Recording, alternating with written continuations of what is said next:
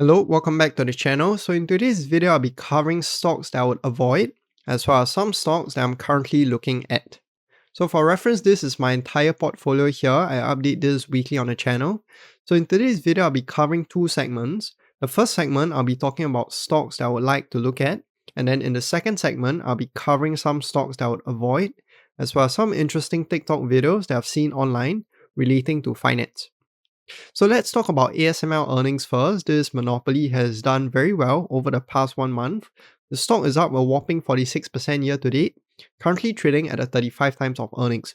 So if you don't recall what happened to ASML just a quarter ago, the earnings in that quarter was decent. The stock was actually going up with good momentum, and it came down by 10% because of the sentiments at that time, and because ASML's management team actually came out and said that there'll be limited growth in 2026. So what they've said now in this quarter is something similar along those lines as well, and that led to the stock going up by around 4% after its earnings date.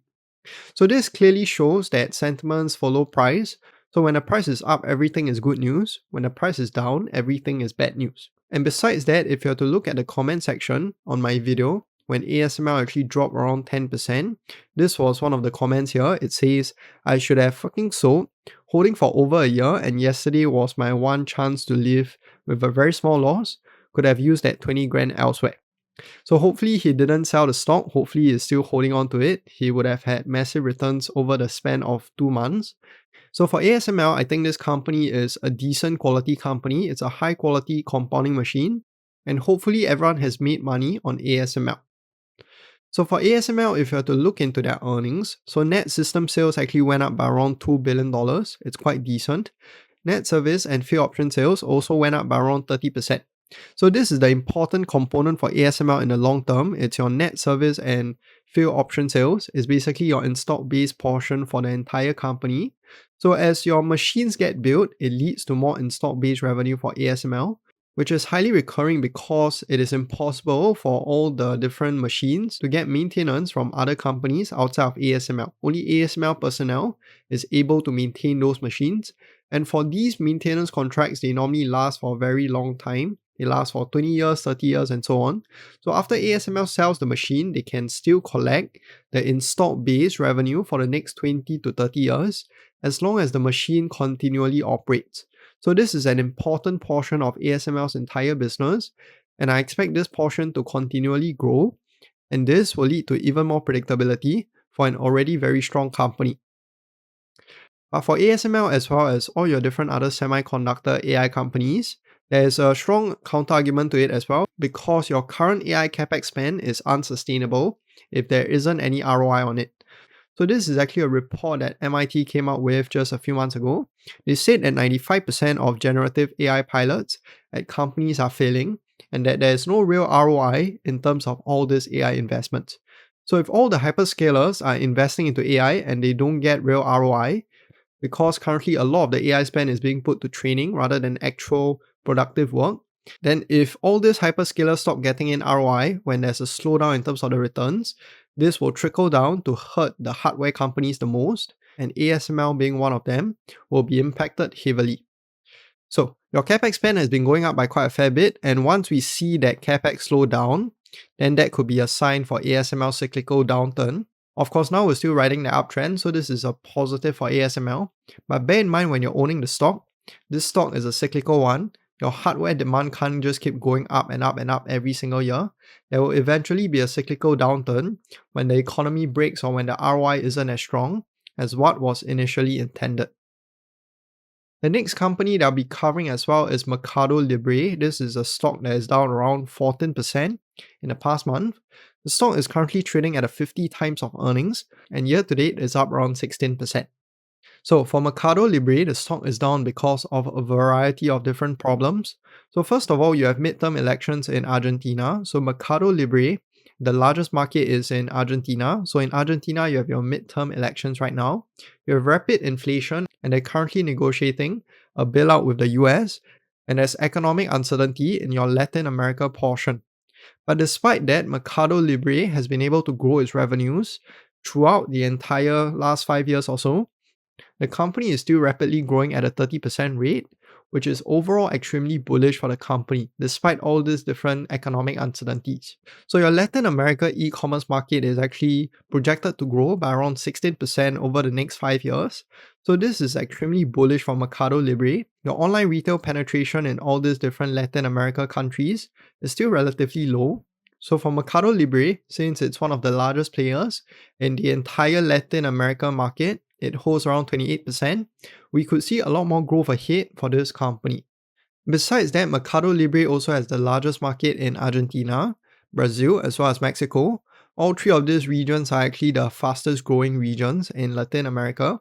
So this is again bullish for a company like MercadoLibre, which is why I think the stock is interesting today. So the next set of companies that look interesting to me today are your financial institution companies. So Moody's, S&P Global, MSCI, ICE, as well as FICO. All these companies look really interesting today. The stock price has been hammered over the past 1 year. In fact, year to date, most of them are down. All of them are trailing your S&P 500. And overall, this could be an opportunity for quality investors looking to buy into quality companies. So for all these companies here, they're actually approaching a decent valuation.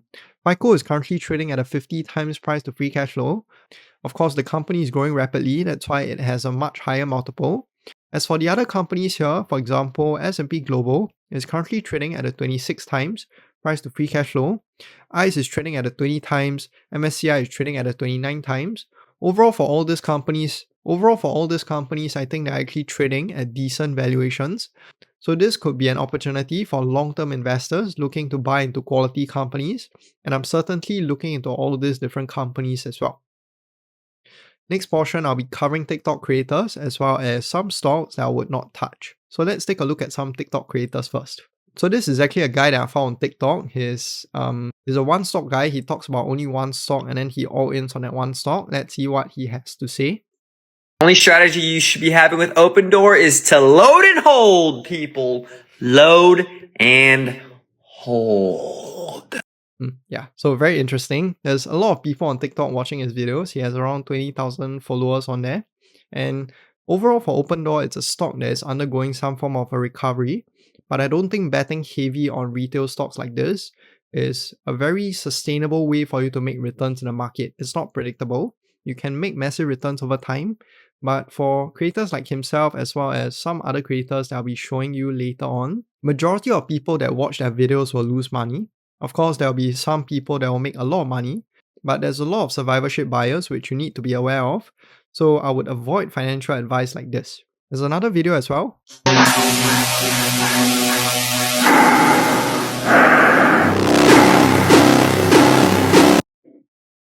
Yeah, this one's a bit more interesting. So yeah, he's telling people about how to buy this stock SESAI. It's probably a speculative stock that doesn't have any fundamental backing. Probably something similar to your quantum AI companies. So this stock is up around 300% over the past 3 months. Probably a lot of speculation. So for stocks like this, I think, of course, it can make you returns similar to Open Door in a very short period of time, but I would avoid these names. They're not fundamentally strong. If you're looking to be a value investor, then these companies are definitely avoids in the long run. And yeah, please don't listen to this ones here. Next one. I told you all. Yesterday I told you about the United States crypto reserve coin and nobody believed in me. And now in the past 24 hours, it's up 12,000%. No, go to my videos. I told you here, I told you here, I told you here. And now this coin's going crazy because the speculation is... Yeah, and he's probably going to sell you a course soon. So yeah, this one's a bit more interesting. He's telling you to buy a Bitcoin, probably a meme coin, and then they start rugging people. So I would avoid advice like this. A lot of this is speculation. A lot of this is just gambling. Please stick to your investment strategy. Please stick to your own philosophy. I would avoid all these different TikTok finance videos. Of course, it's going to make a lot of money and he doesn't get rugged. Last portion, I'll be covering some questions left in the comments. So the first one, it says, what's your thoughts on quantum computing? Overall for quantum computing stocks, I would avoid them. They're not fundamentally strong. They're just speculative companies. Their CEO actually exercised a contract and then he sold all the stocks within an hour. So this clearly shows that he also thinks that the stocks are currently all speculation. They're all research companies packaged into profitable, speculative companies. So for me, I would avoid all these names. Of course, if you're trading, then it's a different story. But buying into all these names is not investing at all. Next comment, it says, what do you think about Mixue? Not exactly the same business model as the usual food chains, suspects like McDonald's, Domino's, Starbucks, but it seems very vertically and profitable model with high growth, which makes it a good candidate for someone who wants to open a position in the sector with a little higher risk to reward ratio. So if you haven't been to China, all the different bubble tea shops, there's nothing differentiating them. So you have Chagi, you have Nayuki, you have Mixue, you have all the other brands out there as well. It is extremely saturated. And for Mixue, their differentiating factor is that they are cheap. But cheap comes at a cost as well. It is lower margin as compared to its peers. And although Mixue is growing rapidly right now, a lot of its growth is attributed to store openings. So once it becomes a lot more saturated, it probably won't be able to grow at this rate.